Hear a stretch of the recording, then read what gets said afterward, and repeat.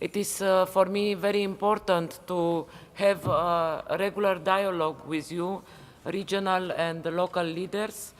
This dialogue, I think, is even more important today that Europe is going through one of the most difficult crises of its history. And I believe that is our collective duty and responsibility to continuously argue that Europe remains the only credible response to the crisis we are facing, like the refugee crisis and the building of walls, the emergence of the anti-democratic voices, the rise of unemployment and poverty, or the weakening of solidarity. In this difficult context, your role, I think, is crucial. In your position, you are the closest to our citizens to explain not only the challenges Europe is facing, but mostly that only a more united Europe will be able to provide the right solutions to those challenges. Cohesion policy is certainly part of these solutions. It is the only EU policy whose functioning is based on a real partnership with the member states and with the regional and local authorities. Today, I would like to share with you a few thoughts. First, on the contribution of cohesion policy to growth and jobs, and secondly, on my priorities for this new year, with a particular focus on the post-2020 cohesion policy. For the very first time, we are not only able to say in advance how much money we are going to invest, but also, and most importantly, what we concretely expect to achieve with this money. This is why the so-called Article 16 report is so important. Today, we are able to say that with our funds, we will support for the next 7 years more than 2 million enterprises and provide over 14 million additional households with access to high-speed broadband. Moreover, 17 million people will benefit from improved wastewater treatment, and over 12 million people will get improved access to drinking water. And the funds will help 10 million unemployed people to improve their chance of finding a job, and more than 40 million people will benefit from improved health services. Dear colleagues, these few examples are impressive. They demonstrate how cohesion policy can change the life of our citizens. They also show our efforts that we made together to improve the transparency and accountability of the largest investment policy of the European Union. But our work, of course, does not stop here.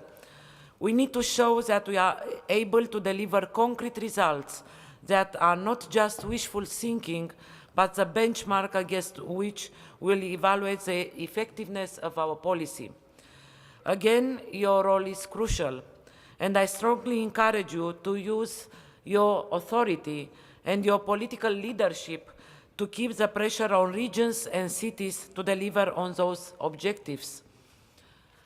2016 will be devoted to implementation of our policy, to translating our European ambitions objectives into high-quality projects at national level. Here, member states, together with the regional and local authorities, have an essential role to play. This year is crucial also in the context of the debate that is starting on the future of the EU budget and of cohesion policy in particular. I believe that the best preparation for tomorrow is doing our best today. This brings me to my second reflection. The discussion on the future of cohesion policy will not be an easy one. You know very well all the debates. Some voices consider that this policy is unable to respond to EU priorities. Others argue that it does not provide a clear value added. Some suggest that the policy should only serve the implementation of structural reforms.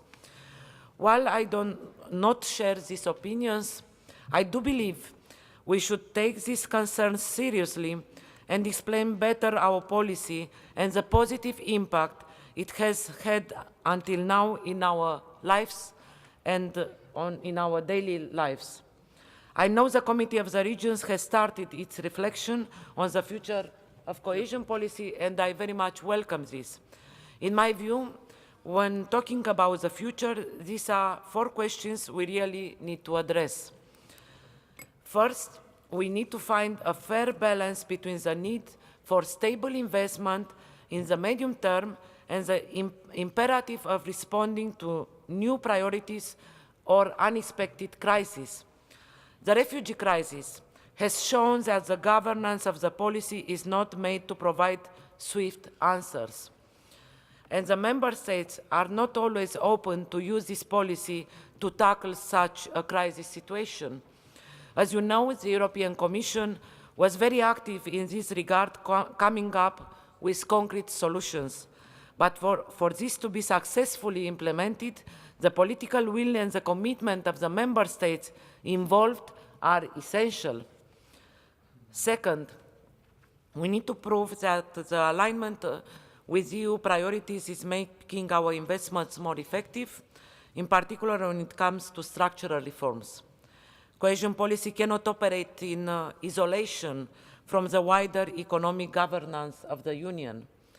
I know how this link has created concerns among regional and local authorities, including in the Committee of the Regions. But I am convinced that we cannot and should not shy away from this debate.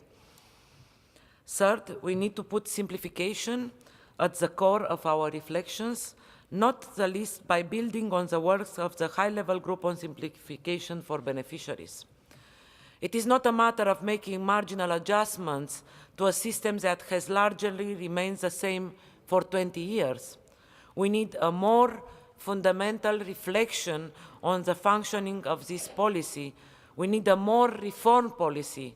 For example, you need clear answers to questions like, are there other delivery mechanisms which ensure a better balance between performance and regularity of expenditure? Do we need more differentiation and proportionality? And finally, we need to reflect on performance. I am convinced that cohesion policy is the only EU policy that made a serious effort to respond to questions of performance. As I said at the beginning, we can now say what we invest in the cohesion funding, and we should remind this over and over. But we should not believe that the discussion is over.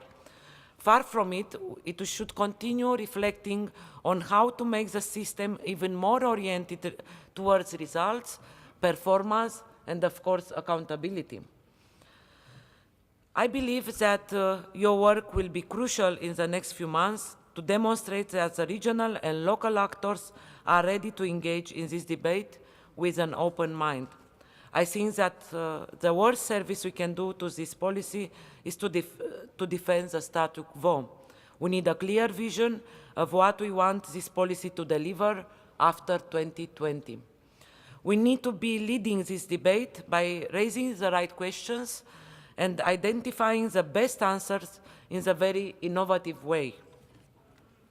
These were, ladies and gentlemen, the main aspects I wanted to share with you today. We are in the beginning of the year. We are in the beginning of the programming period. I think it's the right moment to start a debate on what we would like to have from this policy from now on.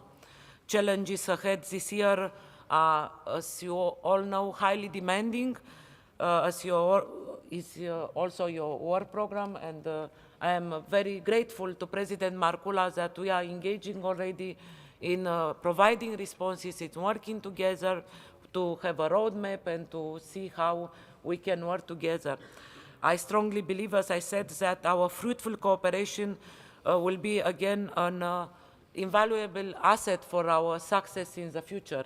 Thank you very much, and of course I am looking forward to hear your vision. Thank you once again.